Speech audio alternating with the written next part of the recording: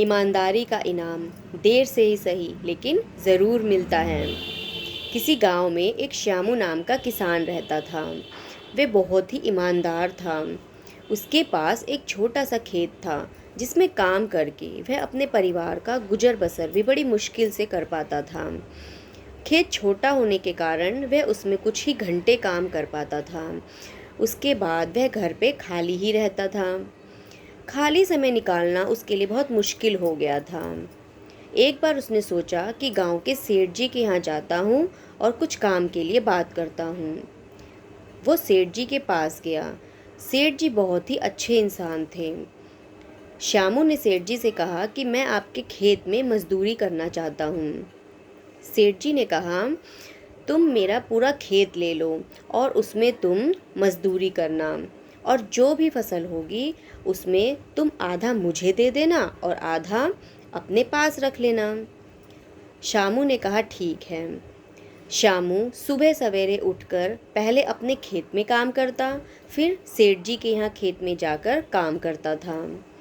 एक बार दोपहर के समय श्यामू सेठ जी के खेत पर काम कर रहा था और उसका पैर किसी चीज़ से टकराया। उसने देखा वहाँ पर एक मटका रखा था। उसने मिट्टी हटाया तो देखा एक छोटा सा मटका था और वो लाल कपड़े से बंधा हुआ था। श्यामू ने उसे निकाला और उसे खोलकर देखा तो वह हैरान रह गया।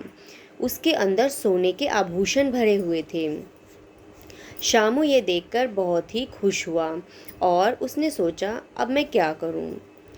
उसने सोचा कि वह सुनार के यहाँ जाकर सारा सोना बेच लेता है।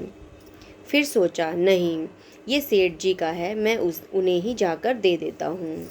श्यामू सेठ जी के पास वो मटका लेकर गया। सेठ जी मटके को देखकर बहुत खुश हुए। उन्होंने कहा, ये मेरी दादी जी का है। मैं काफ़ी समय से इसे ढूंढ रहा हूँ, मगर इतना बड़ा खेत होने के कारण मैं इसे ढूंढ नहीं पा रहा था। सेठ जी ने कहा, इसके बदले मैं तुम्हें कुछ इनाम देना चाहता हूँ। श्यामू ने कहा, नहीं सेठ जी, आपने मुझे अपना खेत दिया है, उसमें काम करने के लिए दिया है, ये मेरे लिए बहुत है। सेठ जी ने कुछ देर सोचा, फिर कहा, श्यामू, आज से तुम इस खेत के मालिक हो। ये सुनकर श्यामू बहुत ही खुश हो गया। उसकी आंखों से खुशी के आंसू बह रहे थे। वह मन ही मन सोच रहा था कि आज अगर मैं लालच करता तो मुझे इतना बड़ा इनाम नहीं मिल पाता। तो दोस्तों, ईमानदारी सबसे बड़ी नीति है। थोड़े से पैसों के कारण हमें किसी के साथ बेईमानी नहीं करनी चाहिए।